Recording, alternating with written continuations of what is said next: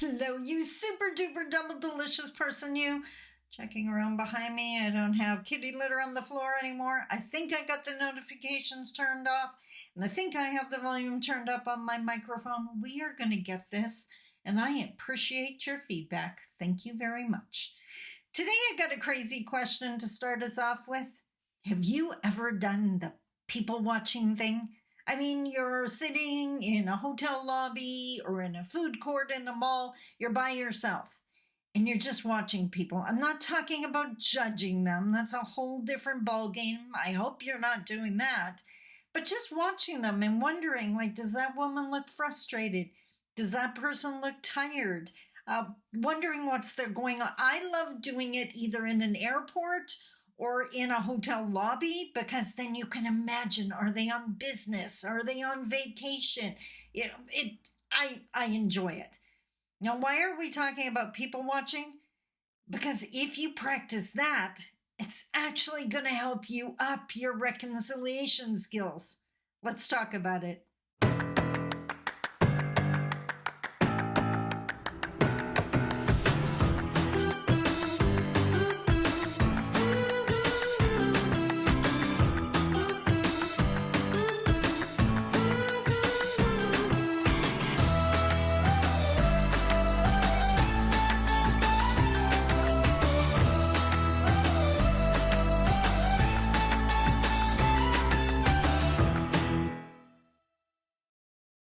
Bonjour. Mishko Paganong Quay Nadishnakas Mungdo Dam. Hi, everybody. My name is Sandy Boucher. I'm Red Thunderbolt Woman of the Loon Clan, a proud member of Seine River First Nation in Treaty 3 territory in Northern Ontario. And as I mentioned, today we're talking about people watching. I know when I first moved to Southern Ontario, to the big city, well, actually I was in Brampton. I was going to say Toronto. I was in the GTA, the Greater Toronto area, but I was actually in Brampton, and the apartment building I was staying in had like 18 floors, 22 floors, bigger than any apartment building I had ever been in. Can you tell, small town country girl? And me and my partner used to sit on the balcony in the evening, and the apartment building faced like 4 other different apartment buildings, and you could see the light was on, and I would love imagining, are they making dinner? Are they exercising? Are they relaxing after a hard day? Are they talking to their friend on the phone? Like, just people watching. It's something I absolutely love doing. And one of the things that you may not understand if you do this, implied in the practice of people watching, is the idea that they're doing something different than you. Unless you're imagining that they're looking out their window, looking at you, looking at them, which is kind of creepy, you're assuming that there's something else going on for the other person, whether they're tired, whether they're focused on their career, whether they're stressed about traveling, whatever it is, you know it's different than what's going on for you. Have you figured it out yet? Have you figured it out? It's back-to-back teaching. They see something that you don't see. They see the stresses in their world that aren't obvious to you. You see the stresses in your world that aren't obvious to them. I can think of so many employee conflicts where someone thinks the other employee is ignoring them because they're being rude, that other employee is spending all their time worrying about their teenager that's going through a rough time. They weren't even thinking about you. That's back-to-back teaching. So every single time you can remind yourself that just because I see this or I think this way doesn't mean the other person does. You're practicing back-to-back teaching, and that's the kind of perspective we need to reconcile. Especially when it comes to cross-cultural communications, you definitely have to remember, just because you see it or it looks obvious to you, back to back, they may not even see that area of the room. So I have a little game for you to play, a challenge, if you will.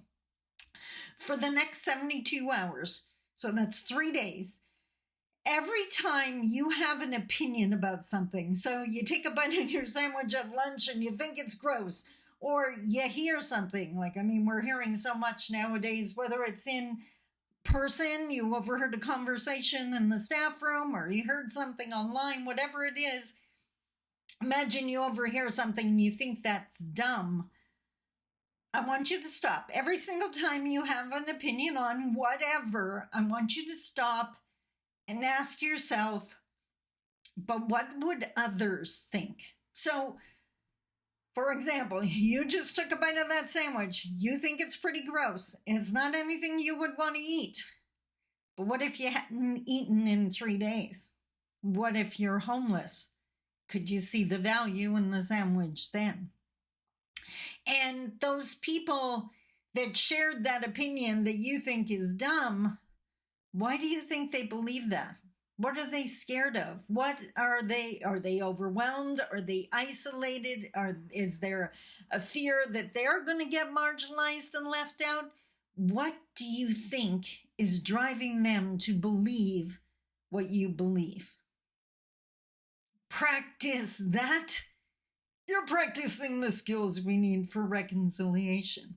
Now, I'm not sure if you're aware of this, but in my book, The Path, which is available on Amazon.ca, just type in The Path, Sandy Boucher, you'll find it. I identified 4 different stages of the reconciliation journey, and I believe every single person is at some stage, whether you're Indigenous or non, you're on this, I use the medicine wheel in the book. So if you're ever discussing Indigenous reconciliation or Indigenous engagement with someone, it's in your best interest to know where you are on the path, and even more importantly, where they are on the path, because you're not going to start talking stage 3 to a stage 1 person. They're not going to get it. You got to meet the people where they are. And that includes meeting yourself where you are. So think of the life stages. Those are the stages of the reconciliation path. So we start out as babies. Baby stage is the first stage, which means everything is new and exciting. We're learning. It can also be really scary and really intimidating. These are the people that don't want to engage in reconciliation if they're scared of doing something wrong or hurting people. That's a huge heads up. They're on baby stage. Either they don't know anything about Indigenous peoples, they don't know anything about reconciliation, or they're very well versed in all the Indigenous stereotypes. You might run into someone who thinks they know a whole bunch about Indigenous people, and then they spit out all these stereotypes. That's stage 1. They bought the BS, but they haven't started their actual learning yet. And they're going to stay in stage 1 until they do. So I always say, be super careful for your sake, for your own self-care, mental health, mental well-being. If you engage or interact with, come across a stage 1 person, choose carefully whether you want to try educating them. There's a really good chance they're not ready to hear you yet, and there's a really good chance you'd get a better reaction talking to the wall. So don't exhaust yourself. Talk to the people that are open to learning and willing to hear you. They may just not be there yet, and that's okay. That's where they are, okay? And hopefully by watching you and you're at more advanced stages, they'll be tempted to join in.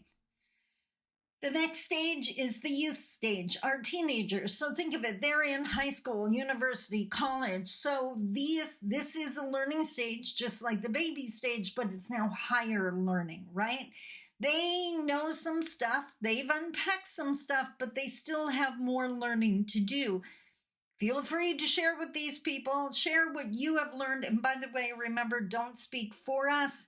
When you're sharing something you've learned, also share where you learned it so they can go back to the original Indigenous guide. This is not, and I want to stress this is not the stage of the allies. Even though you're going to find a lot of people who think they're allies at this stage. And this is where the phrase, a little bit of knowledge comes in. This is the stage where those people that have a little bit of information and get all gung-ho to want to help us, and they jump in before doing the necessary learning, and they actually end up hurting people or causing harm. So focus on learning. I know you want to help. Get the education first. The next stage is the adult stage. Now, the adult stage is an action stage. If you're at the adult stage and all you're doing is learning, you're not at the adult stage because the adult stage requires action. This is where the allies should be, that they've done their education. They're now taking action. Often, unfortunately, they're not taking the action. They got comfortable with the learning. They want to learn more. They want to observe more, but they're not saying or doing anything. They're not helping. All they did was add to their own knowledge base, but knowledge not shared is wasted, right? Like they're not helping. We got to remember that at this stage, one of the actions, and you're not speaking for us, we never ask you to do that, but this is the noticing there's no Indigenous people on your planning committee, even though Indigenous people are part of your customer group or who you want to be in your customer group. Point that out. These are the people that if you are going to a meeting and you believe an Indigenous voice should be included in the discussion, you invite an Indigenous voice along. You're literally holding the door open for us. That's the kind of allyship action. It's not about what you say. It's about making sure we're in the room to speak to the issues. And last but not least, in our culture, at least in Anishinaabe culture and in many, many Indigenous cultures, the elder stage. The elder stage is the reflection, the evaluation without condemnation. This is looking back on all that was learnt, all that was done. This is honest, vulnerable sharing. You know what? That really didn't work. That didn't help. That caused harm. This is where you identify it. This is where you apologize. And most importantly, this is where you try again, even if it means you go back to step one. And know this path is not linear. You can get knocked down to different stages at any given time. That's just humility teaching. So based on that information, I'd be dying to hear, where are you? Where are you? Are you just beginning your knowledge? Or maybe you're not interested. Why are you on my channel if you're not interested? That makes no sense. Did you get lost? Do you need directions? It's okay. You stage that higher learning. If you're still asking, well, why are Indigenous people doing this? You're definitely in the learning stage, whether it's baby or youth. If you're in the adult stage, and you know what? You're never going to know everything because you're not Indigenous. Don't use that as an excuse not to take action. And once you have, with humility, look back on how it worked. Not to beat yourself up. Can we stop doing that? Don't beat up the Indigenous. Don't beat up yourself for trying. Just keep trying, okay? One of the things that the path highlights is the 4 sacred tools that make up the word path: patience, awareness, tenacity, and humility. Be patient with yourself and others. Be aware of what's going on for others. That's the back-to-back teaching. Tenacity, don't give up, and always, always do it with humility. I hope that made sense. I wanted to share some. Oh, I got a question for you just to wrap this up. Okay. Here's the truth. I could so easily make a blooper reel. If you knew what goes on behind the scenes. I'm working with my daughter now. I shared a clip with her yesterday. Maybe I'll attach it to the end of this video. Probably not. But if you would be interested in me creating a blooper reel, then maybe I release it once a month, just so you can see the reality of shooting daily videos. Let me know, because, oi. Until tomorrow, I love you. Take care. Bye-bye.